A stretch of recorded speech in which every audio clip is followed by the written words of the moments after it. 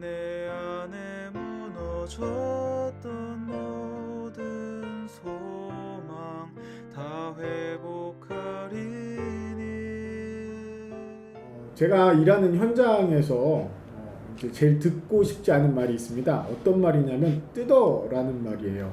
이제 무엇인가 이렇게 기둥을 세우든지 혹은 그 기둥을 감싸는 마감을 하든지 간에요. 기껏 고생해서 만들어 놨는데 이게 각이 잘 안 맞거나 혹은 수직과 수평이 안 맞아가지고 다시 뜯어야 되는 경우가 있습니다. 이게 몇 센치가 이렇게 잘못된 게 아니라 단지 몇 미리가 잘못됐는데도 뜯어야 되는 경우가 생겨요. 특히 이제 문틀이나 뭐 창틀 같은 경우에 수직과 수평이 중요한데 기준을 잡아주는 레이저나 먹줄을 가지고 잡는다고 해도 이게 잘 되어지지 않을 때가 있습니다. 자주 그래서 이제 그것을 확인해야 되고요. 레이저나 수평 혹은 또 이제 먹줄 같은 걸로 기준을 그어도요.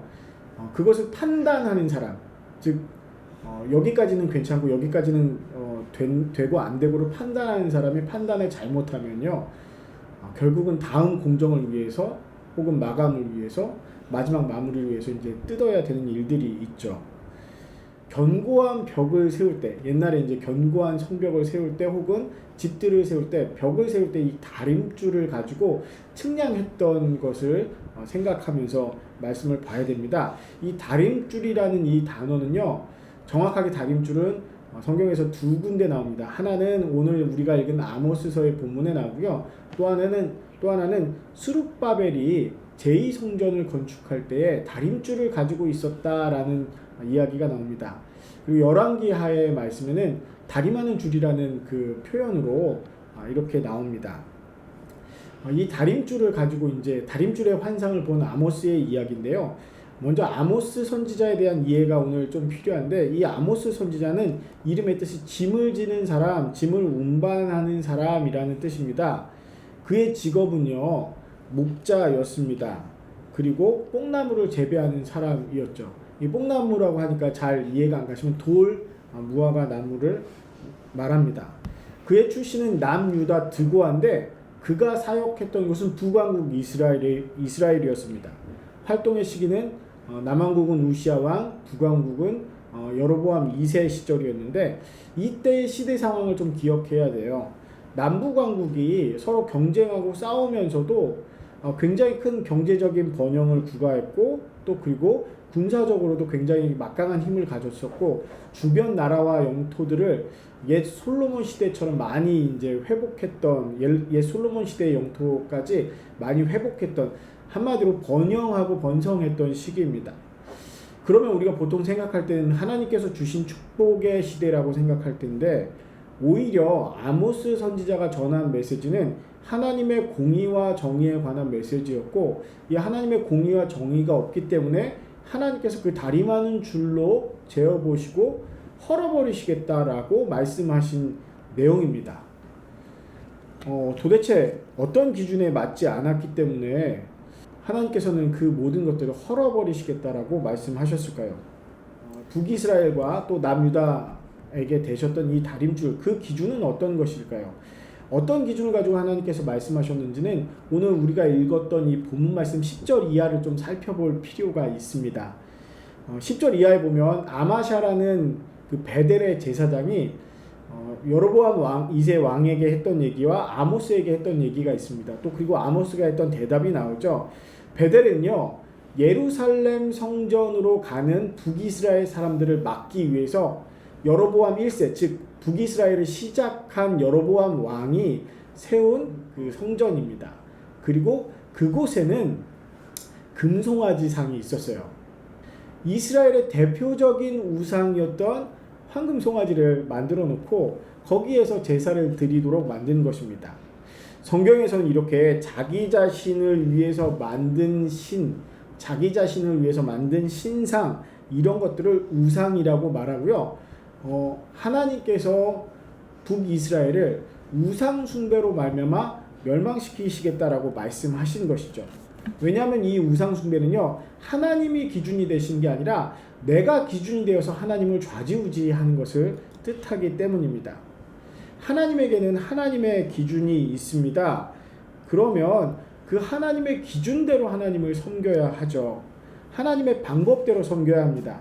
사무엘하 6장을 보면 다윗이 하나님의 궤를 자기가 살고 있는 다윗성으로 이제 그 모시고 오려고, 궤를 메어 오려고 마음을 먹습니다. 그런데 이 궤를 메어 와야 돼. 하나님의 언약 궤를 가지고 와야 되는데 하나님의 방법대로 하지 않고 하나님이 지시하셨던 방법과 절차를 따르지 않고 그 당시 많은 다른 나라의 왕들이 했던 것처럼 수레를 만들고 그 수레에다 하나님의 언약궤를 싣습니다. 그리고 이제 가지고 나와요. 근데 이 언약궤를 싣고 가지고 나오던 이 수레가 흔들리면서 그 언약궤가 떨어질 것 같으니까 우사라는 사람이 손을 대서 막습니다. 근데 우사가 그 자리에서 죽게 되는 일이 있었습니다. 다윗이 그것을 보고 놀라가지고 이제 이 언약궤를 옮기지 않고 오베데돔이라는 사람의 집에 맡겨놔요. 근데 이 오베데돔의 집에서 이제 하나님의 은혜가, 하나님의 복이 넘쳐나기 시작하니까 다시금 이 언약궤를 가지고 올 마음을 먹습니다. 그래서 다윗은 어떻게 했냐면 이때는 하나님께서 말씀해 주셨던 그 방법대로 따릅니다. 사무엘하 6장 13절에는 이렇게 되어 있습니다. 여호와의 궤를 맨 사람들이 6걸음을 가매 다윗이 소와 살찐 송아지로 제사를 드리고, 하나님께서 말씀하신 레위 지파 사람들이, 그 일을 맡은 사람들이 이 언약궤를 고리에 꿰서 이제 나무채로 꿰서 이제 어깨에 맨 거예요. 그 방법대로 해서 6걸음을 걸었더니 아무런 문제가 없었습니다. 그래서 이제 다윗이 감사의 제사를 드린 것이죠. 이처럼 하나님을 섬기고 하나님을 사랑하는 데는 하나님의 기준과 방법이 있습니다. 하나님과 함께 사는 데에도 하나님의 기준과 방법이 있죠. 시편 24편 3절에서 4절은 하나님의 산에 오를 수 있는 사람, 즉 하나님과 함께 동거할 수 있는 사람의 기준에 대해서 이렇게 얘기합니다. 여호와의 산에 오를 자가 누구며 그의 거룩한 곳에 설 자가 누구인가? 그 손이 깨끗하며 마음이 청결하며 뜻을 허탄 데에 두지 아니하며 거짓 맹세하지 아니하는 자로다. 아멘. 그 기준이 분명해요. 내가 기준이 되는 게 아니라 하나님에게 기준을 맞추는 것이고, 하나님의 공의와 정의가 하나님께서 원하시는 것이 무엇인지를 살펴보고 그 기준에 맞춰서 행하는 것입니다. 그러지 않으면 우상숭배가 되고 마는 것이죠. 그리고 이 우상숭배와 공의와 정의의 문제는 어떻게 해서 함께 갈까요?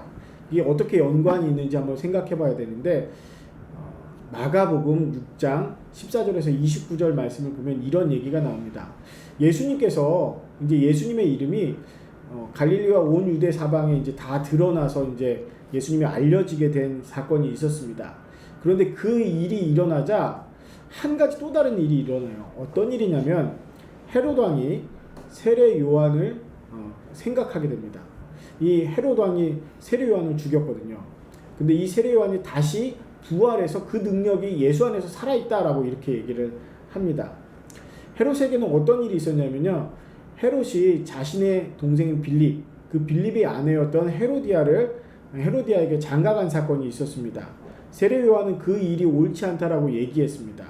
그랬더니 이 헤롯이 헤로디아를 위해서 이 세례 요한을 잡아들입니다. 불쾌하거나 기분이 나빴다는 얘기겠죠. 그런데 이 헤로디아는 또 이 세례 요한을 원수처럼 여기서 죽일 기회를 찾습니다. 여기서 한 가지 놀라운 사실은 헤롯 왕은 세례 요한을 의롭고 거룩한 사람이라고 생각했습니다. 그래서 그가 하는 소리가 듣기 싫고 힘들어도 그의 말을 듣고 있는 거예요. 그를 함부로 해치지 못했습니다. 그런데 헤롯의 생일날 헤로디아에게 드디어 기회가 왔습니다. 헤로디아의 딸이 헤롯과 헤롯이 초청한 사람들 앞에서 춤을 춰서 사람들을 기쁘게 했어요. 헤롯은 기분이 좋아져가지고 이 소녀에게 네가 원하는 것은 무엇인지 내가 주겠다라고 얘기하고 맹세합니다. 나라의 절반까지라도 주겠다고 얘기합니다. 그랬더니 이 소녀가 자기의 어머니에게 가서 무엇을 구할까라고 묻습니다.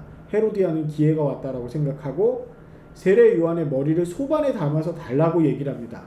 이 이야기를 들은 헤롯은 고민했습니다. 그런데 자기가 맹세한 것과 주변에 있는 사람들 때문에 세례 요한을 참수시켜서 소반에 그 머리를 담아서 가져다 줍니다.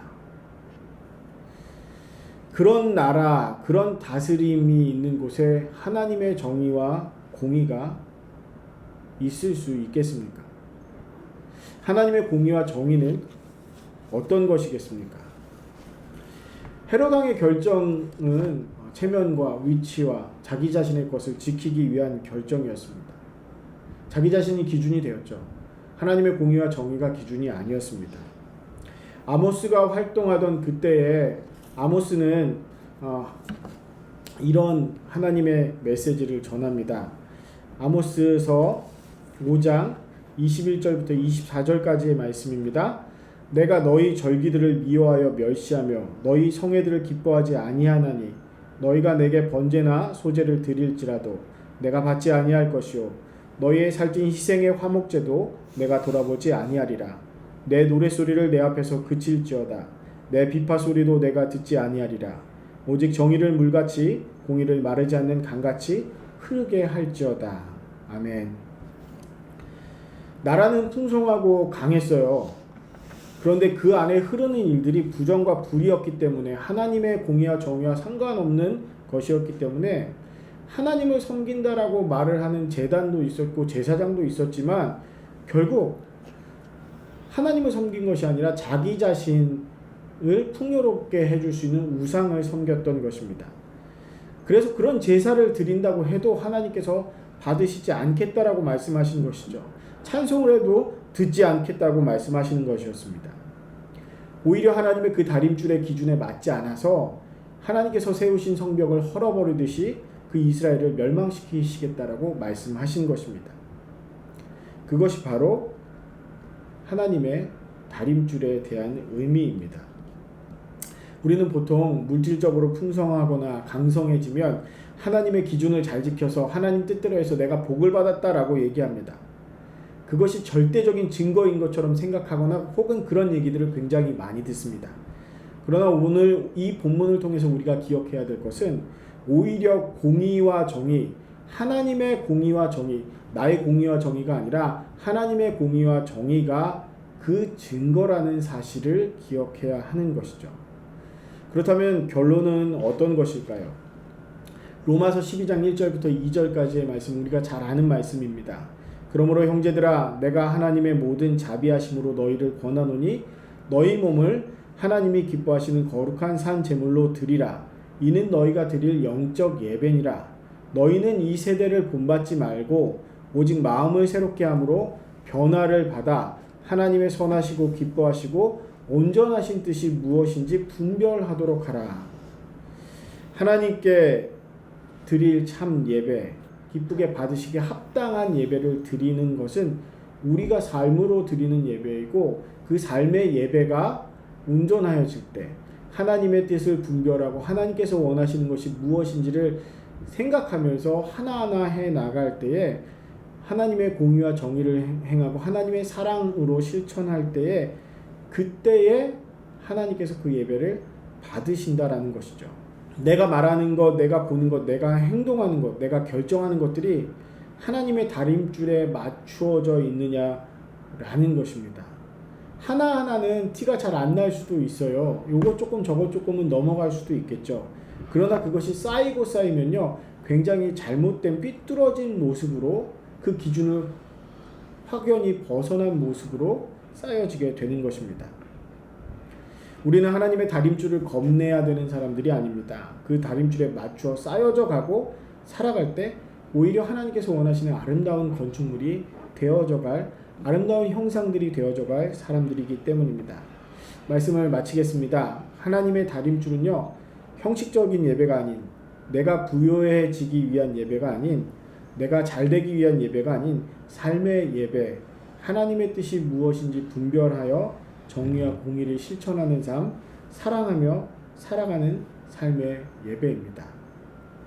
오늘 이번 한 주 우리가 어떻게 살아야 될지, 하나님의 뜻이 무엇인지를, 하나님의 공의와 정의가 무엇인지를 고민하면서 또 그렇게 도전하면서 살아가시는 저와 여러분이 되시기를 주님의 이름으로 축원합니다. 높은 주님의 낮이 성소로 들어갑니다. 세상의 신을 벗고서 주 보좌 앞에